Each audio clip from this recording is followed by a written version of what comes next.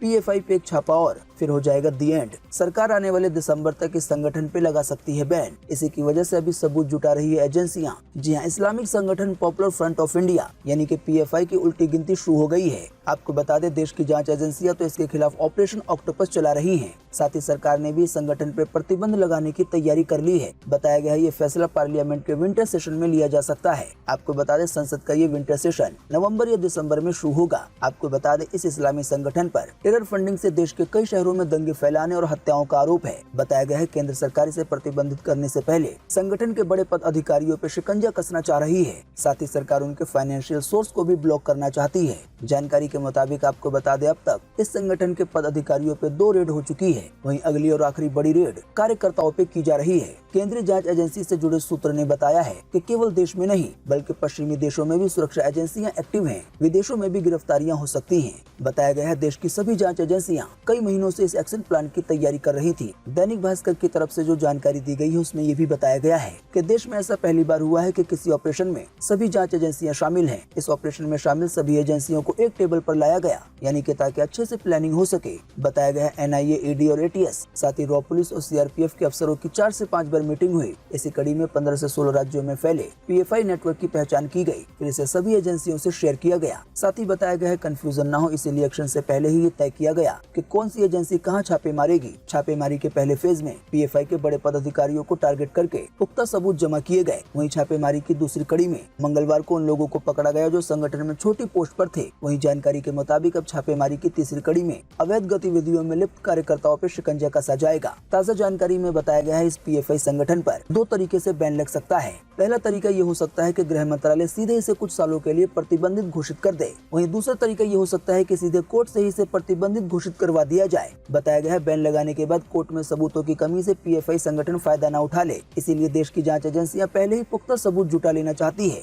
यही वजह है कि पकड़े गए ज्यादातर लोगों के इलेक्ट्रॉनिक डिवाइस की फोरेंसिक जांच करवाई जा रही है। आपको बता दें, एजेंसियों की कार्रवाई पे पीएफआई संगठन का भी बयान आया है। ताज़ा जानकारी के मुताबिक अपने खिलाफ एक्शन के बाद पीएफआई ने सोशल मीडिया पे अपना पक्ष रखा है। पीएफआई संगठन की तरफ से कहा गया है कि प्रिवेंटिव कस्टडी के नाम पर बीजेपी शासित राज्यों में बड़े पैमाने पे गिरफ्तारियां हो रही हैं। दोस्तों, अगर प्रिवेंटिव कस्टडी का मतलब नहीं जानते हैं तो आपको बता दें, इसका मतलब ये होता है कि किसी व्यक्ति को इसलिए गिरफ्तार करना कि भविष्य में वो कोई बड़ी वारदात को अंजाम दे सकता है। साथ ही संगठन ने कहा है कि ये और कुछ नहीं बल्कि पीएफआई को निशाना बनाने की केंद्र सरकार की कोशिश है। साथ ही पीएफआई संगठन ने ये भी कहा है कि इस तरह से लोकतांत्रिक विरोध के अधिकार को रोका जा रहा है। देखिए अगली खबर। मेरठ के रहने वाले दंपति ने खोले वनंतरा रिजॉर्ट के डर्टी सीक्रेट, बोले सिक्योरिटी गार्ड ने किया था आगाह। जी हां, उत्तराखंड के ऋषिकेश का वनंतरा रिजॉर्ट अय्याशी और जिस्म फरोशी का अड्डा बन चुका था। बताया गया है यहाँ स्पेशल सर्विस के नाम पर गलत कार्यों को अंजाम दिया जाता था। वहीं यहाँ काम करने वाली अंकिता भंडारी पर जब स्पेशल सर्विस देने के लिए दबाव बनाया गया तो उसने मना कर दिया। अंकिता की नां ने उसे गलत रास्ते पे जाने से तो बचा लिया, लेकिन रिजॉर्ट के संचालकों के घिनौने इरादों ने उसे मौत दे दी। दोस्तों, ताज़ा जानकारी के मुताबिक आपको बता दें कि अंकिता भंडारी की मौत के बाद इसी वनंतरा रिजॉर्ट में काम कर चुके मेरठ के एक दंपति ने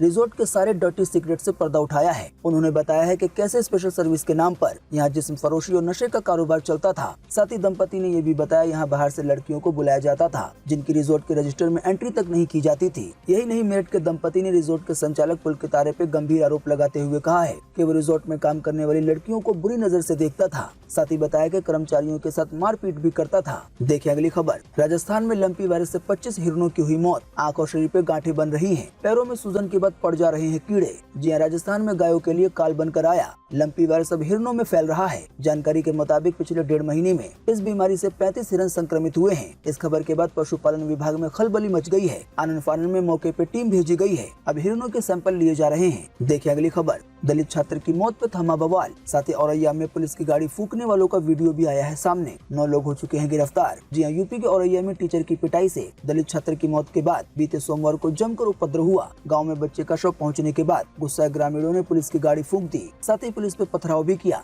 जानकारी के मुताबिक अब इस मामले में अभी तक कुल 9 लोगों को गिरफ्तार किया जा चुका है। दरअसल प्रदर्शन के दौरान बीते सोमवार को हालात इतने बेकाबू हो गए थे कि आधी रात आईजी और एडीजी को मौके पे पहुंचना पड़ा। इसी दौरान सीनियर अफसरों ने पीड़ित परिवार से बात की। इसके बाद अंतिम संस्कार के लिए परिवार फिर राजी हुआ। मंगलवार सुबह शव के अंतिम संस्कार की तैयारियां भी शुरू हो गई थी, लेकिन पुलिस द्वारा उपद्रव में शामिल लोगों की धरपकड़ की सूचना मिलने के बाद परिजनों ने शव का अंतिम संस्कार करने से फिर मना कर दिया। इसकी वजह से मंगलवार को हालात फिर बिगड़ गए। इसके बाद लगभग 4.5 घंटे की मान मनोबल के बाद परिजन दोबारा शव का अंतिम संस्कार करने के लिए राजी हुआ। देखिए अगली खबर। बुर्का पहन के पंडाल में घुसी 2 महिलाएं, दुर्गा की प्रतिमा तोड़ी, वहीं पंडाल में भी आग लगाई। साथ ही चर्च और दूसरे मंदिर में भी किया तोड़फोड़ का प्रयास। जी हैदराबाद के खैरताबाद में बीते मंगलवार को मां दुर्गा की प्रतिमा को तोड़ने का मामला सामने आया है। मीडिया रिपोर्ट्स के मुताबिक बुर्का पहन के 2 महिलाएं पंडाल में घुसी और तोड़फोड़ शुरू कर दी। इसके बाद उन्होंने पंडाल में भी आग लगा दी। वहीं स्थानीय लोगों ने दोनों महिलाओं को पकड़ के पुलिस के हवाले कर दिया। हैदराबाद के सेंट्रल जोन के डीसीपी राजेश ने बताया है कि मंगलवार सुबह 2 मुस्लिम महिलाएं खैरताबाद के एक पंडाल में घुसी और माता की मूर्ति के एक हिस्से को तोड़ दिया। साथ ही डीसीपी की तरफ से ये भी बताया कि इसका विरोध करने पर बुर्का पहनी महिलाओं ने दूसरी महिलाओं पर भी हमला करना शुरू कर दिया। साथ ही जानकारी के मुताबिक इसके बाद दोनों महिलाएं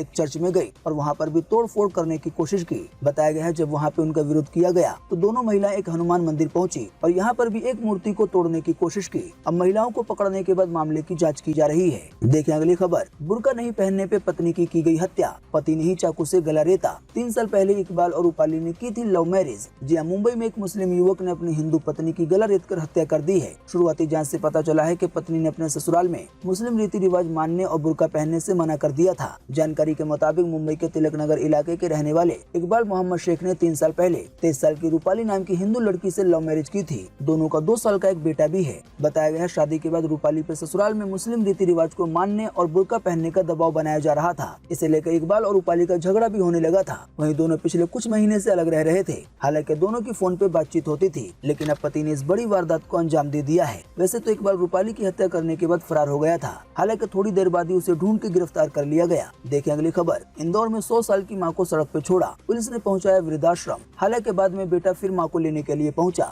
जी हां, इंदौर में रहने वाली एक बुजुर्ग मां की उम्र करीब 100 साल है। जानकारी के मुताबिक मां का 60 साल का एक इकलौता बेटा है। इसी बेटे ने अपनी मां को सड़क पे लावारिस छोड़ दिया। आपको बता दें, मां इतनी ज्यादा बूढ़ी हो गई है कि जब उसे चलते हुए नहीं बना तो किसी तरह से खुद को घसीट के फुटपाथ पे ले गई। हालांकि थोड़ी देर के बाद राहगीरों ने तड़पती हुई वृद्धा को देखकर पुलिस को जानकारी दी। फिर बूढ़ी मां को वृद्धाश्रम पहुंचाया गया। बताया गया है इस बूढ़ी मां के 3 पोते भी हैं, लेकिन पिता के आगे कोई नहीं बोल पाता है। बताया गया है लॉकडाउन के बाद जब जमा पूंजी खत्म हो गई तो आर्थिक तंगी ने ऐसा घेरा कि 4 महीने पहले जो बूढ़ी मां का 60 साल का बेटा है, उसने अपने तीनों नौकरी पेशा बेटों को पत्नी समेत घर से बाहर निकाल दिया। बेटों को निकालने के बाद फिर सड़क पे बूढ़ी मां को भी छोड़कर आ गया। इसी दौरान बूढ़ी मां से एक और बात पता चली कि बेटा मारता पीटता भी है, तो बूढ़ी मां ने गर्दन हिला के हाँ कहा। हालांकि अब जब ये मामला चारों तरफ फैल गया तो कहानी में पहला ट्विस्ट अभी हाल ही में रविवार को देखने को मिला। तो 60 साल का ये बेटा वृद्धाश्रम पहुंच गया अपनी मां को लेने के लिए। वृद्धाश्रम के संचालक से बेटे ने कहा कि मैं अपने किए गए पे शर्मिंदा हूँ, मुझसे गलती हो गई है, मुझे माफ कर दो। साथ ही उसने कहा मेरे 3 बेटे हैं जो दादी को नहीं संभाल पाते, वो मुझसे मां के लेटरिन बाथरूम को साफ करने के लिए कहते हैं, लेकिन ये मुझसे नहीं हो पाता है, इसीलिए मैंने छोड़ दिया था। हालांकि अब समाज वाले मेरे पीछे पड़ गए हैं, इसीलिए मैं माँ को लेने आया हूँ। हालांकि वृद्धाश्रम के संचालक ने बूढ़ी माँ के बेटे से कहा कि ऐसी स्थिति में उन्हें माँ को सौंपा नहीं जा सकता,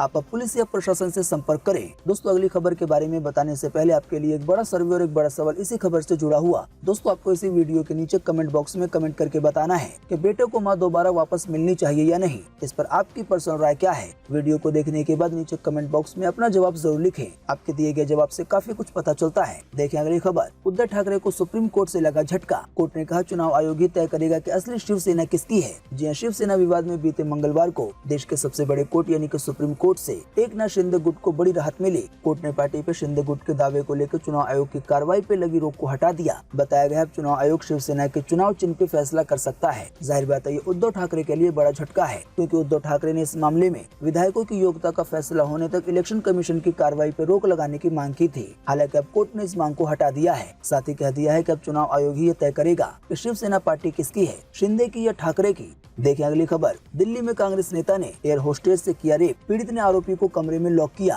फिर पुलिस बुलाकर उसे अरेस्ट कराया। जी हां, देश की राजधानी दिल्ली के मेहरौली इलाके में रविवार को रेप के आरोपी को पीड़ित ने घर में बंद कर दिया। इसके बाद पीड़िता ने 112 पे फोन करके उसे गिरफ्तार करा दिया। जानकारी के मुताबिक साउथ दिल्ली के डीसीपी चंदन चौधरी ने बताया है कि मेहरौली में हरजीत यादव नाम के एक शख्स ने इस वारदात को अंजाम दिया है। बताया गया है जो महिला एयर होस्टेस है, शराब के नशे में उसके साथ दुष्कर्म किया गया। हालांकि साथ ही में ये भी जानकारी आई है कि ये महिला एयर होस्टेस हरजीत नाम के इस व्यक्ति को पिछले 1.5 महीने से जानती थी। देखें अगली खबर। आज 28 सितंबर 2022 को पूरे देश में ही रहेगा मौसम का हाल। मौसम विभाग ने जारी किया है मौसम का पूर्व अनुमान। जी हां, मौसम विभाग के अनुसार अगले 24 घंटे के दौरान यानी कि आज 28 सितंबर को विदर्भ में, मराठवाड़ा में और तेलंगाना के उत्तरी हिस्सों में हल्की से मध्यम बारिश हो सकती है। हालांकि यहाँ पे 1-2 स्थानों पे भारी बारिश की भी संभावना है। इसके अलावा भी पूर्व उत्तर भारत में, गंगे पश्चिम बंगाल में, उड़ीसा के कुछ हिस्सों में, साथ ही झारखंड में, छत्तीसगढ़ में, पूर्वी मध्य प्रदेश में, साथ ही तेलंगाना में, आंध्र प्रदेश में, साथ ही तमिलनाडु में, दक्षिण आंतरिक कर्नाटका में और अंडमान निकोबार द्वीप समूह में भी आज हल्की से मध्यम बारिश हो सकती है। इसके अलावा भी बिहार में, झारखंड में, उप हिमालय पश्चिम बंगाल में,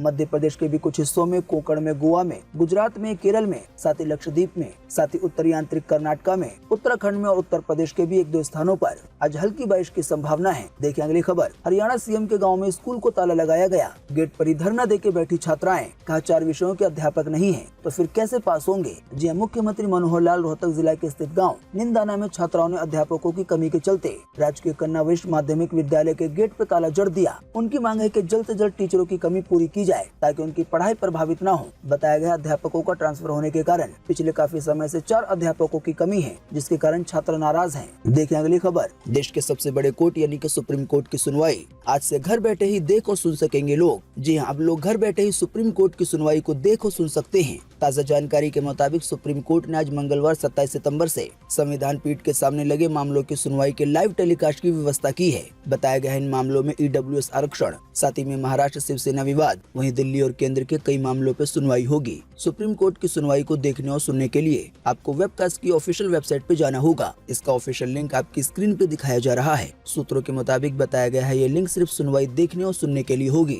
इस प्रसारण का किसी भी तरीके से दोबारा प्रसारण नहीं किया जा सकेगा। देखें अगली खबर। शिंजो आबे के राज्य अंतिम संस्कार में शामिल होने के लिए जापान पहुंचे प्रधानमंत्री नरेंद्र मोदी। आइए बताएं अधिक जानकारी। जी हां, प्रधानमंत्री नरेंद्र मोदी आज जापान के पूर्व प्रधानमंत्री शिंजो आबे के राजकीय अंतिम संस्कार में शामिल होने पहुंचे हैं। जानकारी के मुताबिक पीएम मोदी बुडोकन में राजकीय अंतिम संस्कार समारोह में शामिल होंगे। बताया गया समारोह भारतीय समय मुताबिक सुबह 10:30 बजे सेंट्रल टोक्यो के निप्पॉन बुडोकन में शुरू होगा। दोस्तों, आप नहीं जानते हैं तो आपको बता दें, प्रधानमंत्री और शिंजो आबे के बीच काफी अच्छे संबंध थे।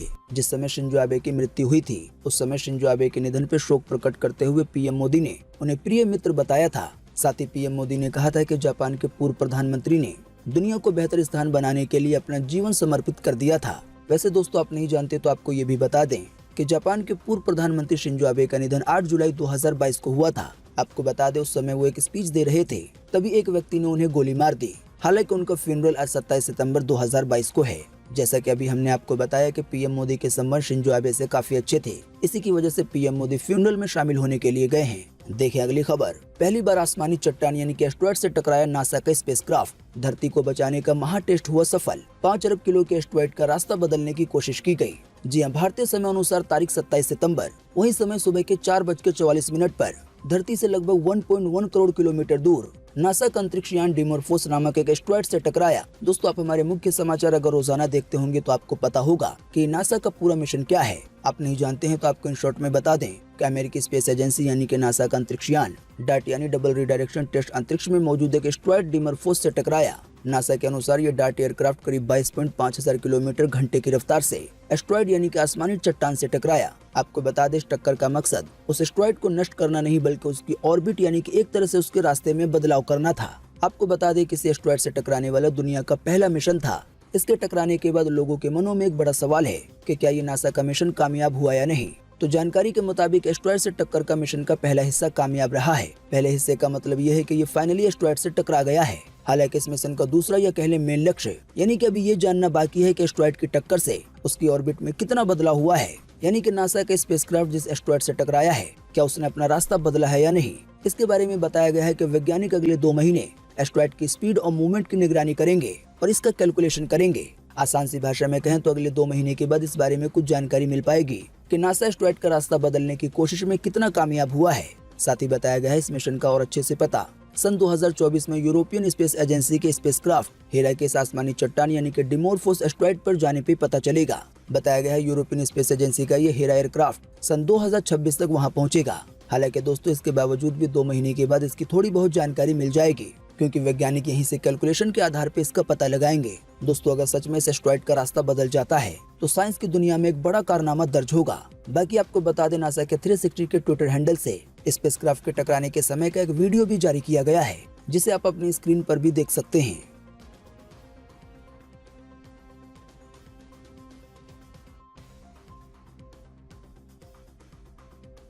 देखें अगली खबर। केजरीवाल के घर लंच पे पहुंचा सफाई कर्मी। अहमदाबाद के हर्ष ने पूछा था, आप ऑटो ड्राइवर के घर पे गए थे, क्या दलित के घर भी आएंगे? जी हां, दिल्ली के मुख्यमंत्री अरविंद केजरीवाल ने गुजरात के एक सफाई कर्मी को अपने घर पे लंच पे बुलाया है।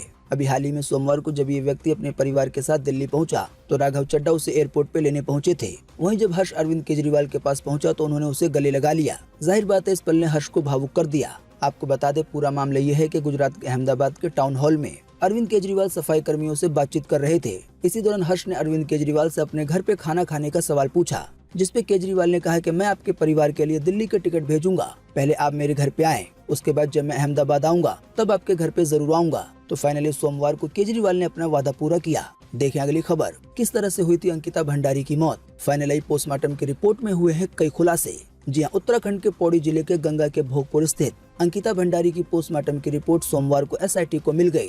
जानकारी के मुताबिक फाइनल पोस्टमार्टम रिपोर्ट में अंकिता भंडारी के शरीर पे 5 जगह चोट के निशान होने की जानकारी दी गई है। साथ ही मौत होने का कारण पानी में डूबना और दम घुटना बताया गया है। हालांकि अंकिता भंडारी के साथ बलात्कार की बात सामने नहीं आई है। फिर भी शक को दूर करने के लिए सैंपल को फोरेंसिक जाँच के लिए भेज दिया गया है। फोरेंसिक जाँच होने के बाद फाइनली ये भी पता चल जाएगा कि अंकिता भंडारी के साथ कहीं बलात्कार भी तो नहीं हुआ था।